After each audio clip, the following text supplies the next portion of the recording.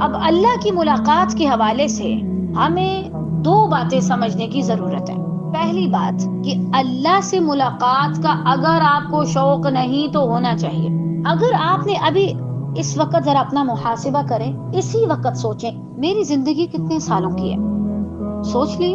اب یہ سوچیں ان سالوں میں کتنی بار میں نے بڑی طرف سے کہا یا اللہ مجھے آپ کو دیکھنا ہے، مجھے آپ سے ملنا ہے، مجھے آپ سے ملاقات کرنی ہے۔ اور یہ کیوں ضروری ہے؟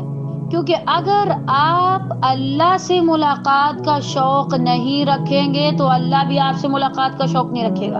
اگر آپ اللہ سے ملنا چاہیں گے تو ہی اللہ آپ سے ملے گا۔ اچھا، ایک حدیث پڑھ کے مجھے بڑی حیرت ہوئی جس کا مفہوم یہی ہے کہ جو شخص اللہ سے ملاقات کا شوق رکھتے ہیں اللہ تعالیٰ بھی اس سے ملنا چاہتا ہے۔ اور دوسری حدیث یہ کہ کچھ لوگ جنت میں جانے کے باوجود اللہ کا دیدار نہیں کر پائیں گے۔ مجھے ڈر لگتا ہے ان دونوں حدیثوں کو پڑھ کے۔ کیوں؟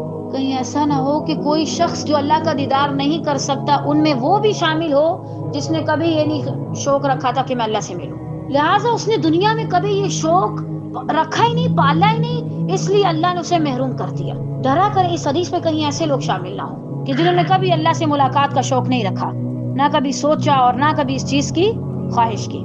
آپ کو اللہ تعالیٰ ہی معاذ اللہ اتنا ظالم لگتا ہے کہ آپ اسے ملنا نہیں چاہتے؟ آج بیٹھ کے یہ لازماً سوچئے گا، آج ہی سوچئے گا میں اللہ سے کیوں ابھی تک میں نے کبھی یہ خواہش کا اظہار نہیں کیا کہ یا اللہ میں آپ سے ملنا چاہتی ہوں۔ یقیناً آپ کے کام ہی ایسے ہوں گے کہ آپ منہ دکھانے کے قابل نہیں رہے، معاذ اللہ آپ گناہ کرتے ہوں گے۔ اگر آپ سے جائے نماز تک نہیں جایا جاتا نماز پڑھنے کے لیے تو آپ کے اندر اللہ سے ملاقات کا شوق کیسے ہو؟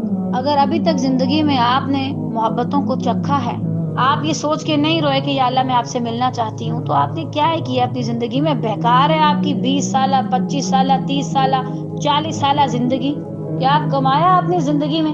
صرف روٹیاں اور سالن ہی کھایا آپ نے؟ صرف بچوں کی اور اپنی شادیاں رچائی ہیں آپ لوگوں نے؟ آپ نے کبھی اس لذت کو چکھا ہی نہیں۔ یقیناً دنیا نے آپ کو اپنے اندر اتنا انوالو کر لیا ہوگا کہ آپ اسی سے ملاقات کو بلا بیٹھے جس نے آپ کو پیدا کیا۔